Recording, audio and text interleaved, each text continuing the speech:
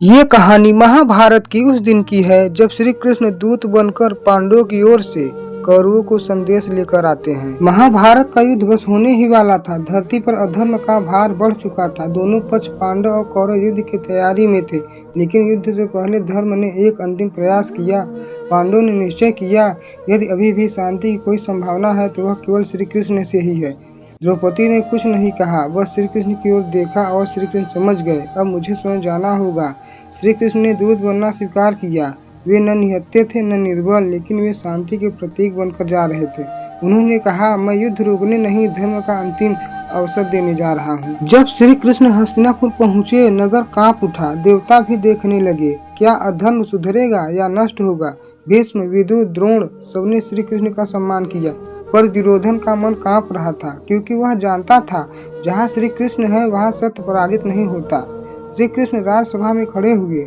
उनका स्वर शांत था, पर शब्द अग्नि समान। उन्होंने कहा, हे कौरवों, मैं युद्ध की भीख नहीं मांगने आया हूँ, मैं धर्म की चेतावनी देने आया हूँ।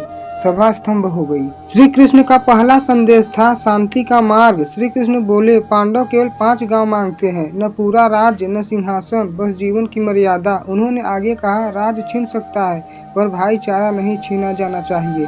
दूसरा संदेश था धर्म की सीमा। श्री कृष्ण ने दुर्योधन की ओर देखा और बोले, जहाँ स्त्री का अपमान होता है वहाँ विनाश निश्चित होता है। द्रौपदी के चीरहरण की याद दिलाई। उस दिन सभा मौन थी, पर धर्म ने सब देख लिया था। श्री कृष्ण का तीसरा संदेश था युद्ध का परिणाम। श्री कृष्ण ने कहा, यदि युद्ध हुआ तो विजय किसी की नहीं होगी। उसने चिताया, भीष्म सरसैया पर होंगे, द्रोण पुत्र शोक में मरेंगे, गांधारी पुत्र विहीन होगी, हस्तिनापुर विधवा हो जाएगा।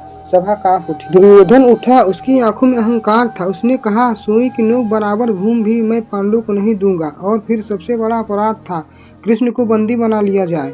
श्री कृष्ण का विराट रूप, सभा में अंधकार छा गया और श्री कृष्ण बोले, तू मुझे बांधना चाहता है। क्षण भर में श्री कृष्ण ने विराट रूप धारण किया। सभा में देवता दिखाई दिए, काल, मृत, ब्रह्मांड सब उसी में। भीष्म, द्रोण, विदुर सबने आंखें झुका ली और दुर्योधन कांप उठा। श्री कृष्ण का अंतिम संदेश था और श्री कृष्ण बोले, मैं शांति लेकर आया था, पर तुम युद्ध चाहते हो। अब युद्ध केवल पांडवों और कौरवों का नहीं, धर्म और अधर्म का होगा। और जाते जाते कहा, जब युद्ध शुरू होगा तब याद रखना, कृष्ण ने पहले ही रोकना चाहता था। सभा के बाद विदुर बोले, आज हस्तिनापुर ने अपने विनाश का द्वार स्वयं खोल लिया है। श्री कृष्ण का संदेश था, शांति अहंकार से बड़ी है, शक्ति से बड़ा धर्म होता है, और जो धर्म को ठुकराता है उसे इतिहास क्षमा नहीं करती है।